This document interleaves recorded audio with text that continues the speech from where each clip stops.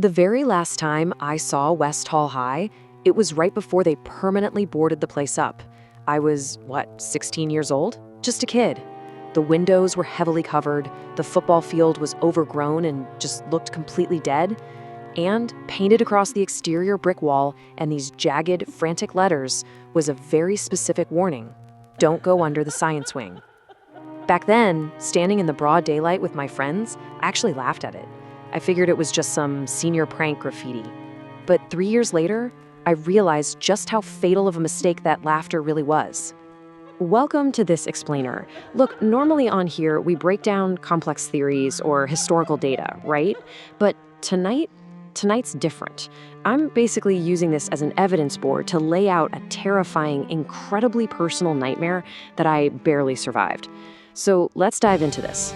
Because what happened beneath West Hall High completely defies logic, and I need you to understand the exact sequence of events so you know what is still waiting down there in the dark. Section 1. The warning ignored. Okay, so this whole thing kicked off entirely because of my friend Nate. Nate ran a small urban exploration channel, and his teenage curiosity completely overpowered any common sense we had. He wanted to film the abandoned school for his subscribers, specifically because he'd caught wind of these persistent rumors about old Cold War-era tunnels supposedly buried right beneath the foundation. That simple, silly desire for content was the catalyst for literally everything that followed. The second we pried open that rusted side door, man, the air just hit us. It was suffocating, thick with the smell of wet mold, rotting wood, and decades-old paper. But worse than the smell was the unnatural silence. It wasn't just quiet, it was this heavy, oppressive void where even our quietest whispers echoed violently off the rusted lockers and collapsed ceiling tiles. It honestly felt like the entire building was holding its breath. Section 2. Inside room 114. Nate is just rolling camera, panning across endless empty hallways, but the atmosphere shifted dramatically the moment I stepped through the doorframe of my old sophomore biology class.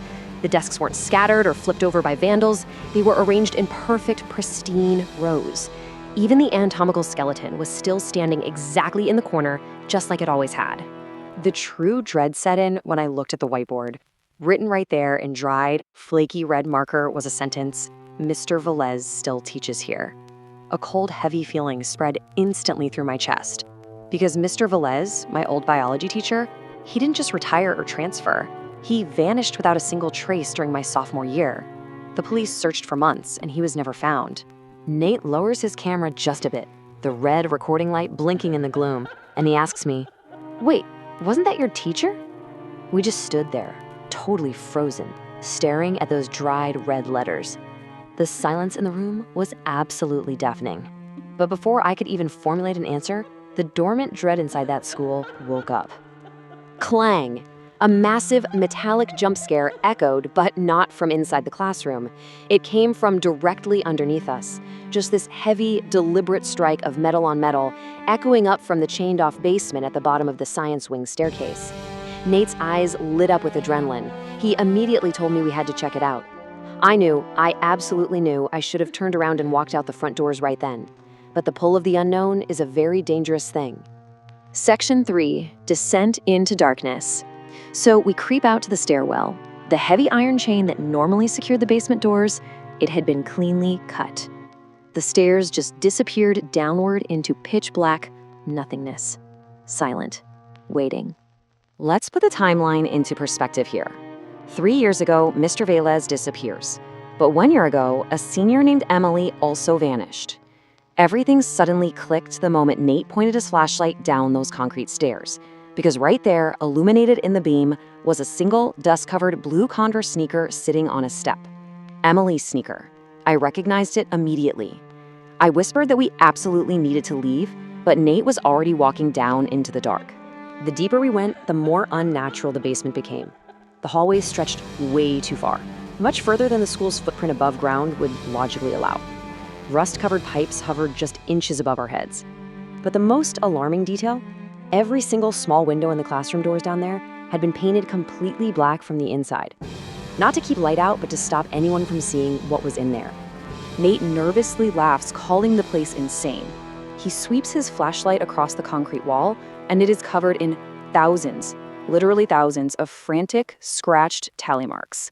And right beneath them, carved deeply into the stone, was this message: "He makes us stay after detention." A deep, paralyzing chill crawled right up my spine. Section 4. Detention has begun. Without warning, the absolute silence of the basement completely shattered.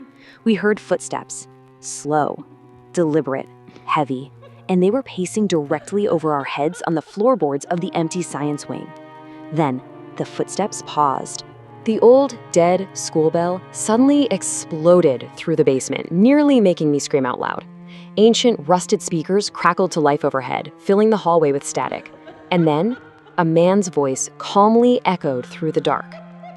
"Students should remain seated. Detention has begun." My blood froze solid. The calm, unmistakable tone of the voice was undeniably Mr. Velez. And then, bang, bang, bang! Every single door in that endless basement hallway slammed shut at the exact same time. It was this wave of concussive force that actually rattled our teeth. Nate grabbed my arm, screaming that we needed to get out right now. We sprinted back toward the staircase, but the door wouldn't budge. It was completely locked. Nate slammed his shoulder into the heavy metal over and over again, but it was totally useless. We were trapped underground. Behind us, drifting down the hallway, came the agonizing, echoing sound of a heavy wooden chair dragging slowly across the tiled floor. Scrape! We slowly turned our flashlights around. One of the classroom doors that had just slammed shut was now wide open.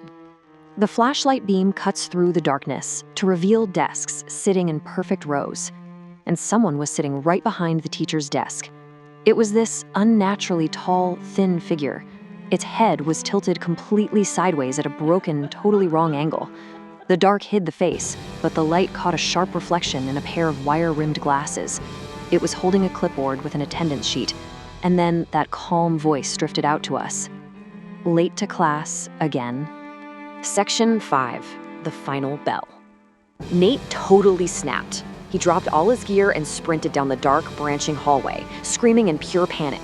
I chased right after him. But the absolute most terrifying part was the pursuit. We were sprinting for our lives, but behind us, the heavy footsteps echoing through the basement were slow, methodical, no rushing, no panic at all. It was like whatever was following us already knew that escaping was mathematically impossible. We hit a dead end at another locked stairwell. Nate is shaking, practically begging for it to be a prank. My flashlight sweeps across the brick wall beside him, hitting a massive corkboard covered in dozens of missing student photos. Emily's was up there, but every single pair of eyes on the board had been violently scratched out with black marker, except for one, a brand new picture of me, and written neatly directly under my face, "Transferred to basement class." Nate slowly backs away from the wall, his eyes wide, and then the shadows just shifted. A sickeningly pale hand with impossibly long white fingers shot out from the open doorway behind him. It grabbed him right by the throat and violently dragged him backward into the pitch-black classroom. His camera hit the floor. He didn't even have time to scream before, slam, the door shut instantly. And just like that, dead silence. I stood there, utterly paralyzed. I couldn't move a single muscle. I literally forgot how to draw breath into my lungs. And then, the temperature in the air plummeted to freezing, and a calm, polite voice spoke directly behind my neck, whispering, "Why are you wandering the hallway during detention?" I didn't even turn around. I just bolted. I ran blindly down the corridor. But the architecture of the basement was actively fighting me. Hallways kept shifting, solid walls dissolved into rows of new, blacked-out doors. Nothing made spatial sense anymore. Finally, by pure blind luck, I crashed through a rusted emergency exit bar, scrambled up a collapsed concrete stairwell, and burst out into the freezing night air. I collapsed onto the dead grass of the football field, violently vomiting from the adrenaline, convinced that I had actually survived. I looked up at the school. When we arrived, it was an empty, boarded-up, dead building. But now, the school wasn't abandoned anymore. Every single window on all 3 floors was glowing with a sickly yellow light, and standing completely still behind every single pane of glass were hundreds of people, just watching me. My brain couldn't even process it. Then, I heard a polite clearing of a throat directly behind me on the grass. I turned around. Mr. Velez stood perfectly at the top of the broken stairs. He looked completely normal. He had the same glasses, the same neatly pressed shirt and tie I remembered from sophomore year, and a clipboard tucked under his arm. He smiled slightly, just a warm teacher's smile, and delivered this crushing line. "You forgot your attendance slip?" I ran until my lungs practically bled, and I never, ever went back to find Nate. To conclude this explainer, I'm going to leave you with this final chilling question. If you get sent to the science wing, does detention ever really end? Think about that carefully. Analyze the evidence we've covered today, and please consider all of this the next time you see a spray-painted warning on an abandoned building. Thanks for joining me on this explainer. Stay safe out there and stay curious.